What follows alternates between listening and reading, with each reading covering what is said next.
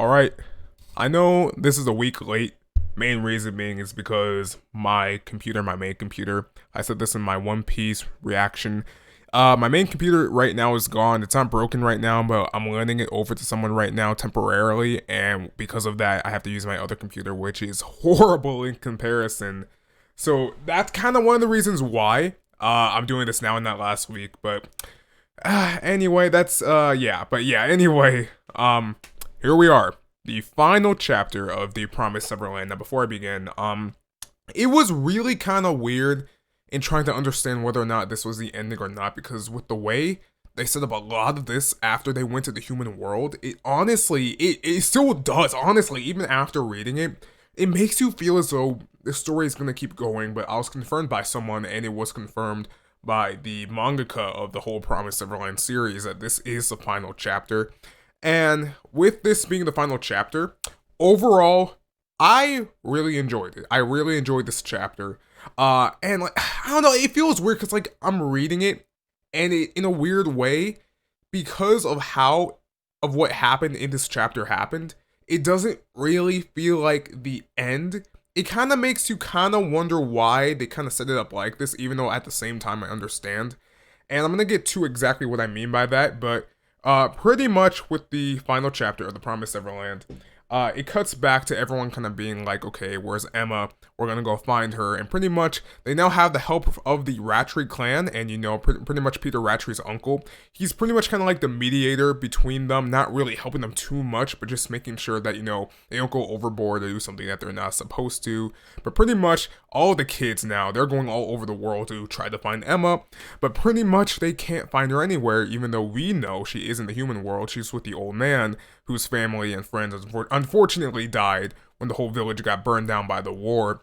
But pretty much, they come to the conclusion, all the kids, they're like, wait a minute, okay, we're looking at all the places where humans are at. What about the places that are kind of shut down, that aren't really available to live in anymore? Places that are not around in this point in time because of the war and the famine and the natural, you know, disasters, pretty much. And that's when they realize, oh, okay, she could be in those places, which we find out in the chapter before when we find out the history about the old man that she lives with right now. So pretty much Norman, Ray, everyone, they're in the area where Emma is, but literally Emma's on the other side walking the opposite direction of them.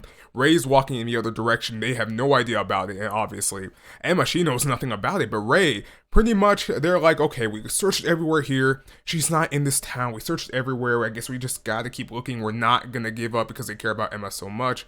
So pretty much as Ray continues to walk in the opposite direction, he gets this weird feeling that someone is calling him to turn around, and Ray doesn't see it, but you see behind them kind of like, or like, not really the ghost, or like, but pretty much should be kind of like the afterlife, or like the lingering presence of Mama and Jugo, even who Jugo is back from Goldie Pond, the grown-up kid that grew up as an adult and helped him in Goldie Pond. They like pretty much gave Ray like this like feeling of, no, you gotta turn around, you gotta turn back around, kind of like with Jiraiya and Naruto back when Jiraiya died, and they're like, turn around, and then like pretty much Ray's just like,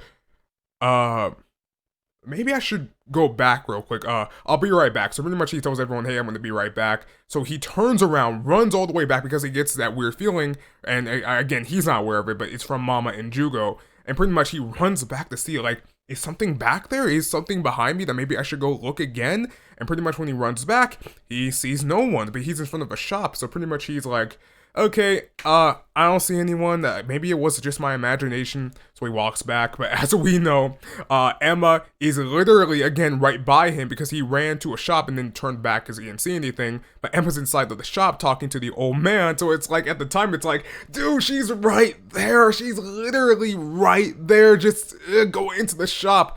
But Emma, pretty much she's talking to the old dude, and the old man is like, okay, hey, you ready to go back? And she's like, yeah, but the old man is like, oh, hey, wait a minute, your necklace, hey, like, where'd it go? And she's like, oh, crap, okay, maybe I dropped it somewhere. So she runs back outside, maybe she dropped it on the ground.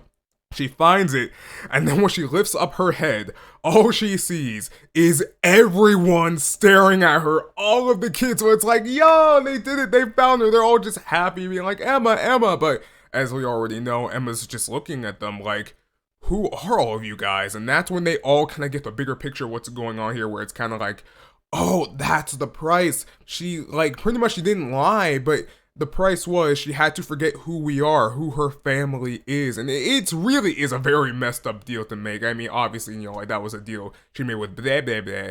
But pretty much we now get a more of a flashback behind that as to how she kind of saw her taking in that kind of agreement, where from her point of view, it was kind of like she didn't really see it as a bad thing. From what her words were, it was more of just she's just settling things, where it's kind of like she had these, well, from her point of view, she had these like very big goals and dreams where it's kind of like, I want to save everyone. I want to get everyone out, not just a couple of people, not just you, me, and Ray, all of the children out, not just even in our plantation, like back in the farm where she grew up in the orphanage. She wants to get everyone from the demon world to the human world so that there will be no more bloodshed on the human side of things, while at the same time making sure that the demons, they don't die as well, that they get to live, healthily and happily, which they do in the end.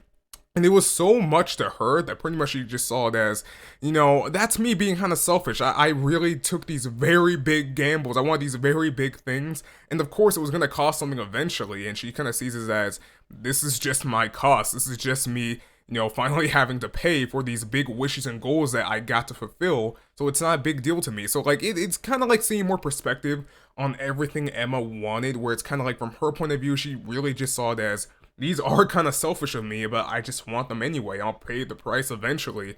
And yeah, and it really shows, again, her character in just general, just like who she is, where she really does care about people and wants the best for everyone. And yeah, and it really was just something to really see, just something to kind of like, really kind of be kind of like, I don't know, like, what's the word, like, proud of? If that's the word, or just kind of like admire, where like she's kind of like, that with the price, I'll pay the price myself if I have to get these grand big visions, of mine to be real and, be put into reality.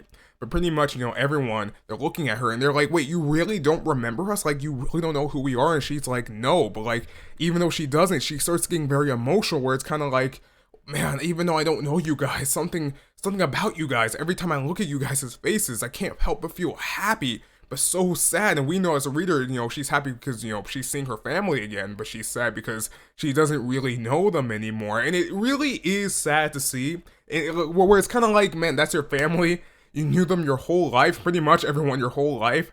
And now, like, one day to just wake up and forget all about them, that must really hurt. It really, really does. And pretty much this goes back into what I was saying at the beginning, where there's kind of like a situation where people are kind of feeling like, with this reveal and Emma kind of losing her memory and everything, where it's kind of like, people are kind of saying online, where it's kind of like, this didn't need to happen. It feels like if the whole series was going to end here, it felt like they could have just cut the whole memory wiping thing completely and just have it where like she's in the human world with, with everyone, and they're just living happily ever after.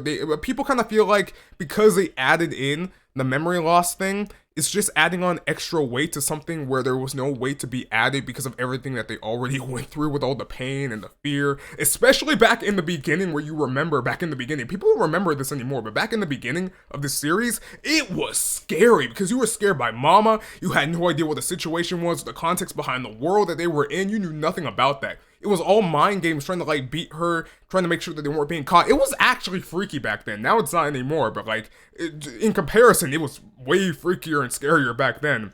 But yeah, like, people kind of feel like that.